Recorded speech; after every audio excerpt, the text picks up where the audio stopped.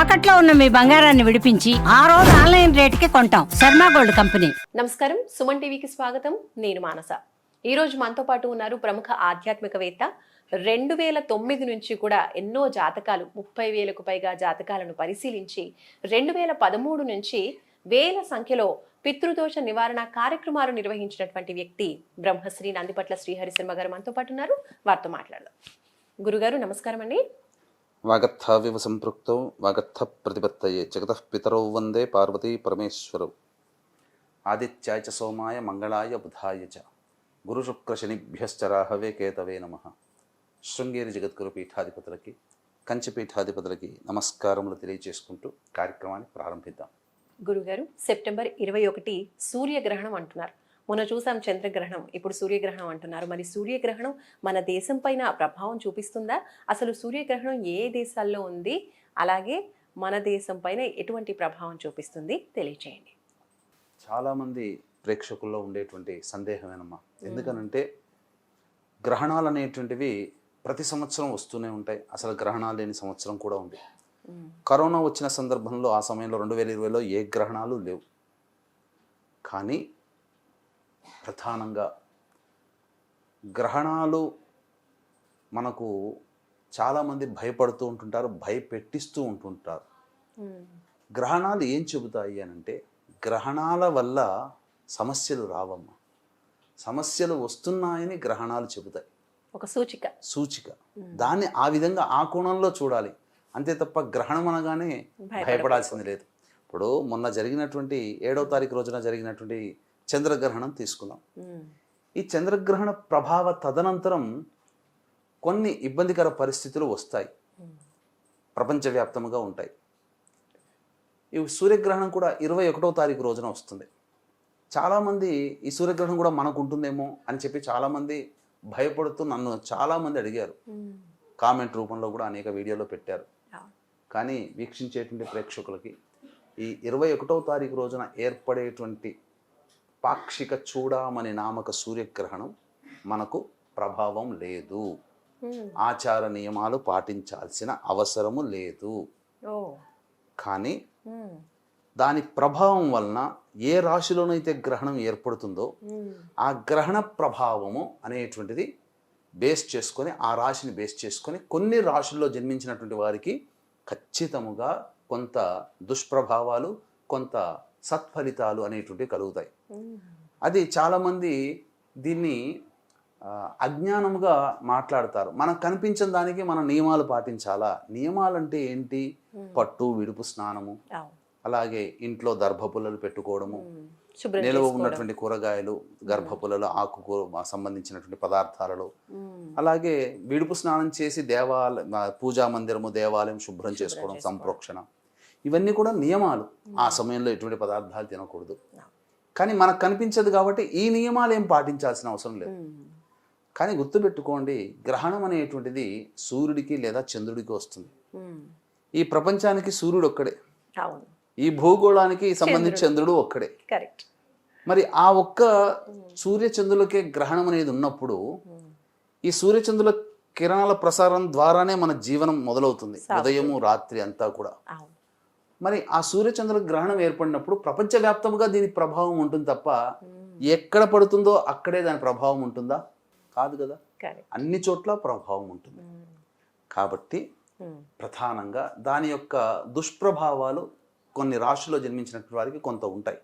ఉదాహరణకి చిన్న ఎగ్జాంపుల్ తెలియచేస్తానమ్మా. ఈ ఫాల్గుణ మాసం మార్చి 14, మార్చి 29 నాడు ఏర్పడినటువంటి సంపూర్ణ చంద్రగ్రహణ, సూర్యగ్రహణ ప్రభావం మన భారతదేశంలో కనిపించలేదు. అయినప్పటికీ భారతదేశంలో విమాన ప్రమాదం జరిగింది, యుద్ధము జరిగింది, పెహల్గాం దాడి, అనేక రకాలుగా ప్రపంచవ్యాప్తంగా ఎవరు సంతోషంగా ఉన్నారు? ప్రతి దేశంలో అసంతృప్తి జ్వాలలే.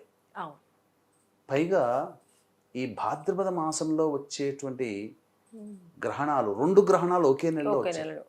ఈ ఒకే నెలలో 2 గ్రహణాలు అనేటువంటిది వచ్చినప్పుడు ఖచ్చితంగా ప్రపంచవ్యాప్తంగా ఇబ్బందికర పరిస్థితులు అనేటువంటివి ఉంటాయి.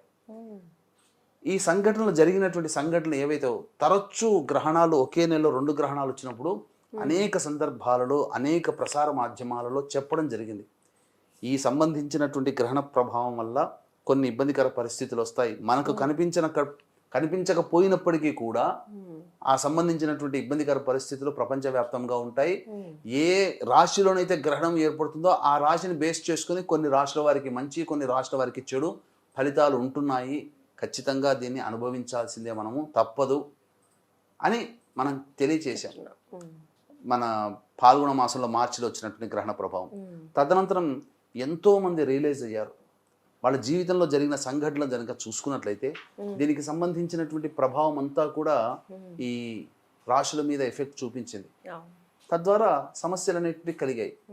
ఇప్పుడు కూడా భాద్రపద మాసంలో సమస్యలు వస్తాయి.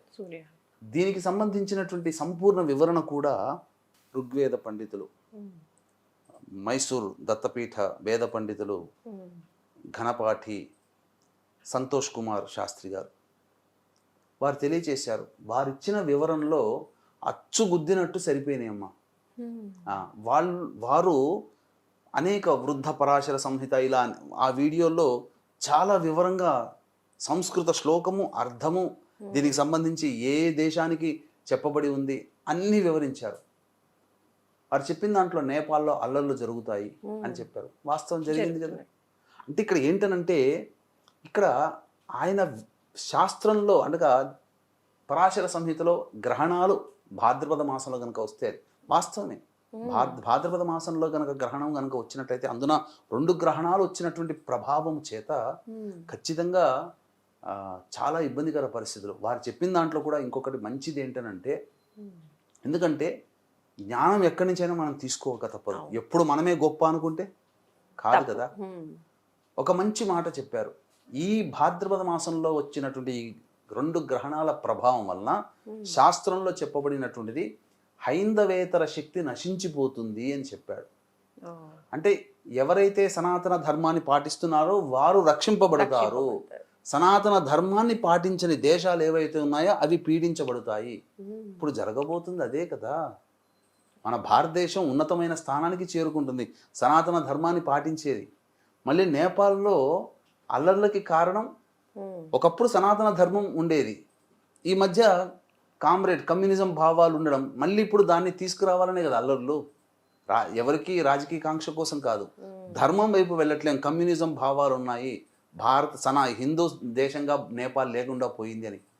అలాగే ప్రపంచవ్యాప్తంగా దాడులు చూసినట్లయితే ఇజ్రాయెల్ దాడి చేసింది.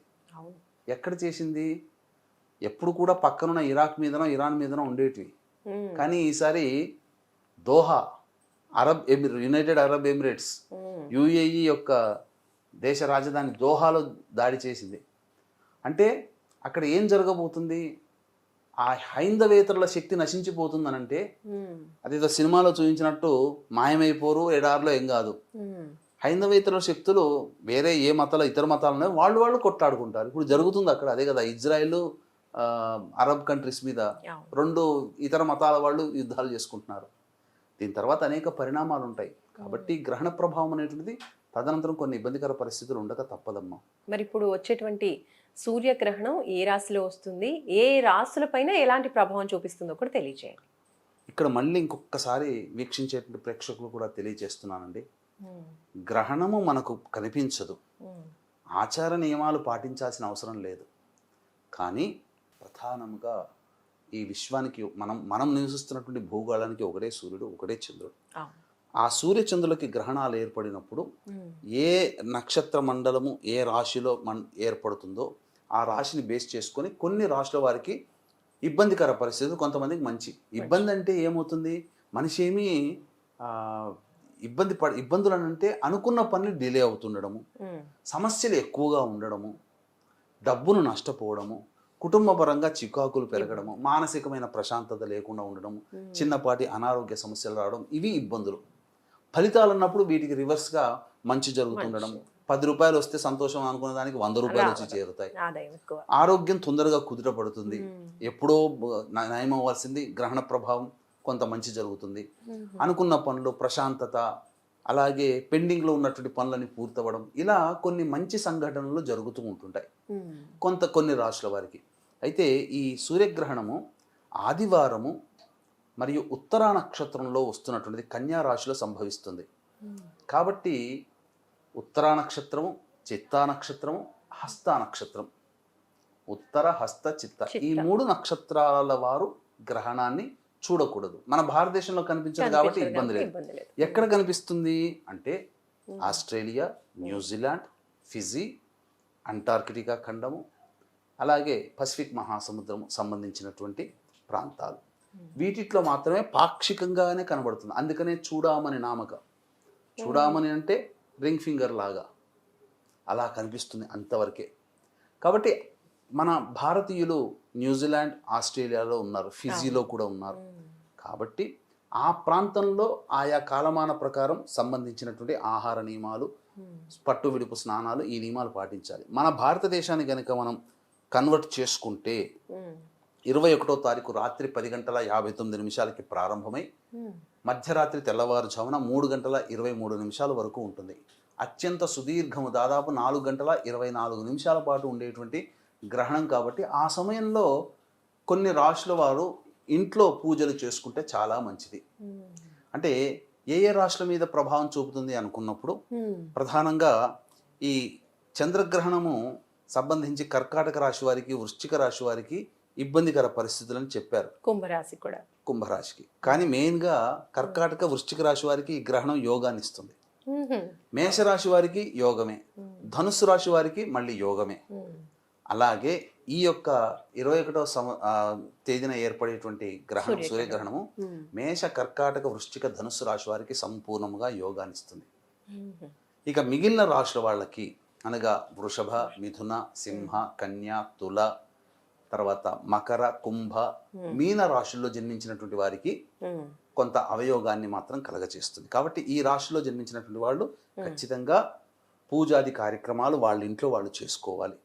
అయితే చాలామంది ఈ గ్రహణం, చంద్రగ్రహణానికి సంబంధించి కొన్ని రాశుల్లో జన్మించినటువంటి వాళ్ళకి అనగా కర్కాటక, వృశ్చిక, కుంభ, మీన రాశిలో జన్మించిన వాళ్ళు, అలాగే మిథున, సింహ, తుల, మకర రాశిలో జన్మించిన వాళ్ళకి చెడు ఫలితాలని చెప్పాం.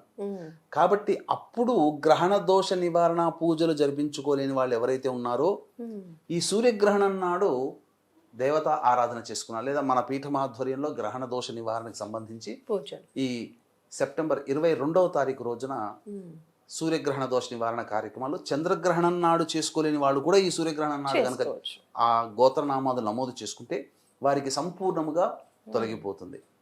గ్రహణ ప్రభావం నుంచి కొన్ని సమస్యల నుంచి బయటపడతారు. అది అనుభవిస్తే తప్ప తెలియదు, ముందుగా తెలుసుకోలేము.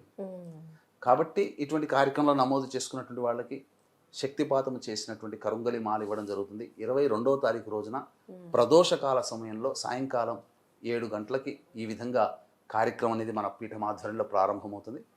సంబంధించి ఈ రాశుల్లో జన్మించినటువంటి వాళ్ళు, ద్వాదశ రాశుల వాళ్ళు చేసుకుంటే చాలా మంచిదమ్మా. మరి ఇప్పుడు దోషం ఉన్న వాళ్ళు పరిహారం పాటించాలి మీరు చెప్పిన విధంగా అంటున్నారు. దోషం లేదు అంతా బాగుంది అన్న వాళ్ళు కూడా ఇప్పుడు గ్రహణ సమయంలో ఏదైనా స్తోత్రం, మంత్రం పఠించాలి అంటున్నారు కదా, ఆ విషయాల గురించి తెలియజేయండి. మన భారత కాలమానానికి సంబంధించి మనం కన్వర్ట్ చేసుకుంటే రాత్రి 10:59 నుంచి తెల్లవారుజామున 3:23 వరకు కూడా సంబంధించి మనకి ఉన్నది కదమ్మా.